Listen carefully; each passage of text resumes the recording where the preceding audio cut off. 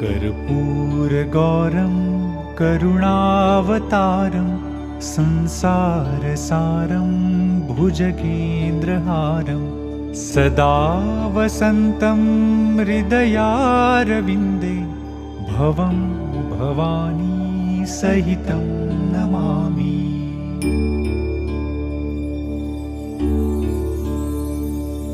कर्पूरगौरं करुणावतारं संसारसारं भुजगेन्द्रहारं सदा वसन्तं हृदयारविन्दे भवं भवानी सहितं नमामि।